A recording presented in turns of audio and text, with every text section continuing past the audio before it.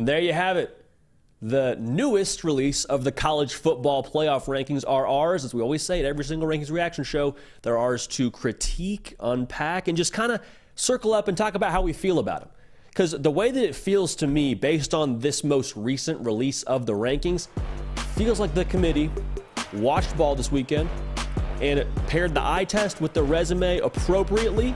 And now heading into the last week of the regular season, we have a really, I think, ideal framework for how this thing could play out. Welcome into the Hard Count. Welcome into the On3 YouTube channel. Hey, make sure you're subscribed before you get out of here. We got a lot of ball to talk about this upcoming rivalry weekend. Got a lot of games that will determine the way that this whole ranking situation looks this time next week. So make sure you're dialed in. Want y'all to be a part of this. Okay, let's go for the first two out up to number 1. That was where the real action was. At number 6, Oregon is still there. And Oregon deserves to be there. And the big reason why they're there is based on the eye test. Okay, you heard them just talk about it a second ago on ESPN. Like, the eye test for Oregon is phenomenal. And there's a little bit of a feeling of, well, hey, there's the eye test versus the resume. What has Oregon really done from a resume standpoint? And I think why Oregon's at 6 is because, again, we say this a lot, they are freezing the wins for Oregon. Oregon currently has a top 20 win over Colorado. Now, Colorado, the way that whole win has aged, hasn't been phenomenal. But I think the committee is saying, no. Colorado is a top 20 win for Oregon. Let's keep on rolling. Utah, the time that they beat them, that was a dramatic win on the road. I say dramatic in the sense that it was convincing. It was decisive in every sense of the word. Good for Oregon. Again, another tally on the resume for them.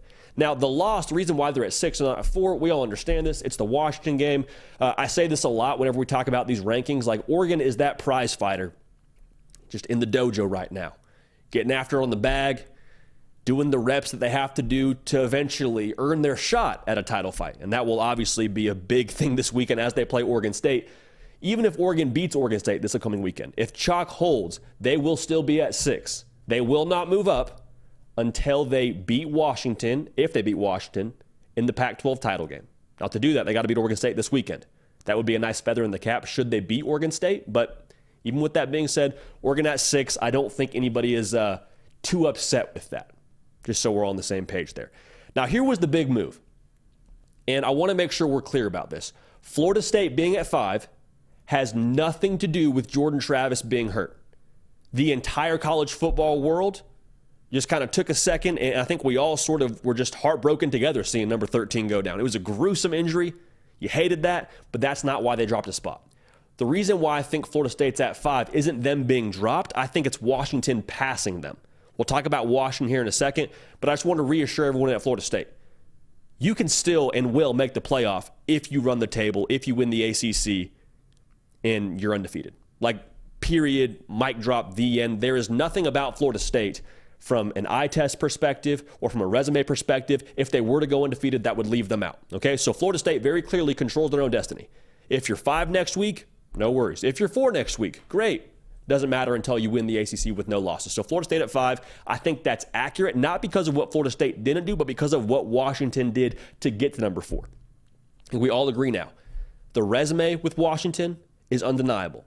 The eye test, the way they've looked the last couple of weeks, I think that has been a slow but sure build in their favor. And at times it hasn't always been the most convincing. Like, we keep going back to the Arizona State game, the rock fight that was. We talk about the way that they kind of won ugly in some sense this week. I mean, I went into the game against Oregon State saying if this game is played in the 20s, Oregon State is going to win.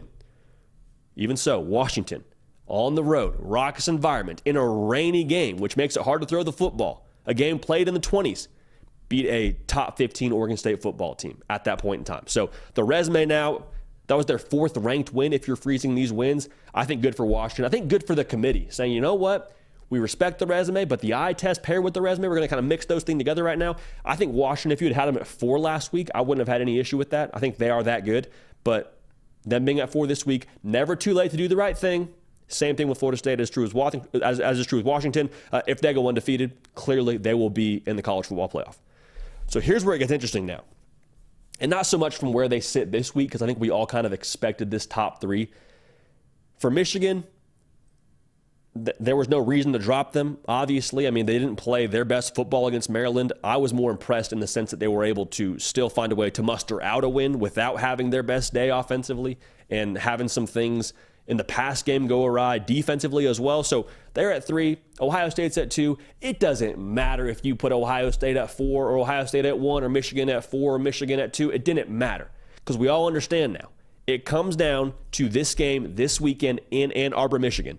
We've said it every single ranking show. We are finally arriving at that week where these two will play each other. So Michigan, no reason to drop them. Ohio State, no reason to drop them. Ohio State being at 2, I think they're probably playing a more convincing brand of football right now as of late with the win over Minnesota, a little bit more style points.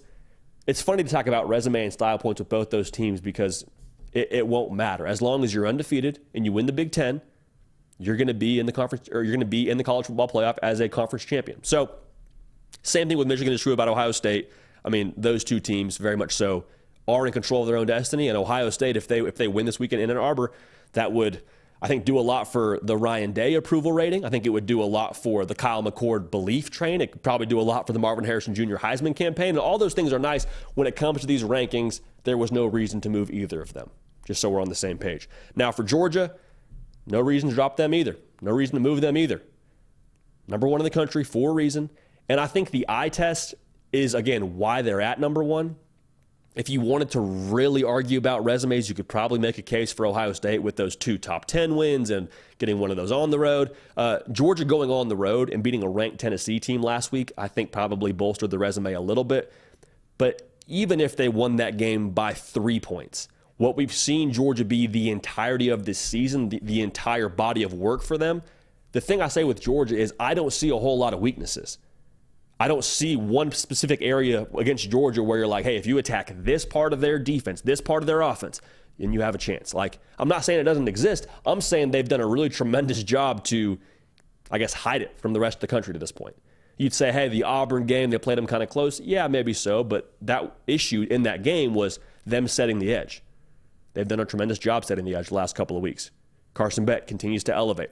A Kirby Smart coached football team, much like those vintage Alabama teams of the early 2010s and early 2000s, playing their best football when it matters.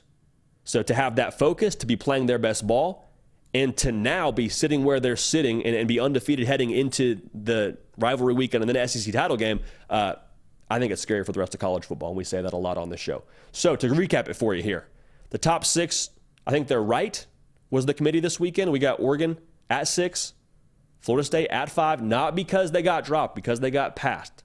They still control their own destiny. Washington at 4, same thing as with Florida State. Win out, you're in the dance, no way around it. Michigan at 3, Ohio State at 2. One of those two teams will not be in the top 4 when we circle back to this conversation next Tuesday. Okay, so take a good look. They're both in the top 4 right now. Will not be that way in 7 days' time. Now, Georgia at 1, no surprise there. Keep handling business. I say this a lot, but it's great to talk about scenarios. It's great to talk about who's in this top 6. But what it really comes down to is it's going to be settled on the field. We're so excited for this expanded playoff. We'll get 12 teams. That'll be fun when it gets here. But right now, you got a playoff game in Ann Arbor, Michigan coming up here. If Oregon handles business and Washington handles business, Washington's already in, I suppose, you would have a playoff game in that sense in the Pac-12 title game in Vegas on that Friday night. So we're going to have this whole thing play itself out. I understand it's fun to argue about rankings, and we'll talk about scenarios on tomorrow's show here on this channel, 11 a.m. Eastern. But just so we're clear, this thing is still getting settled on the field for the most part. So those are the rankings. Let me know in the comment section. Get at me on the socials, at JD Piquel, Twitter, Instagram. Do you think the committee got it right? Excited to hear from y'all. Hey, great show coming up here from Andy Staples on this very channel. Don't want you to miss it. About to go to that right here in, a matter of less than 30 minutes. So subscribe here. Tune in for that show. Going to be a good time. We appreciate y'all. We love y'all. We're going to keep this party rolling during Feast Week, and we will see y'all next time.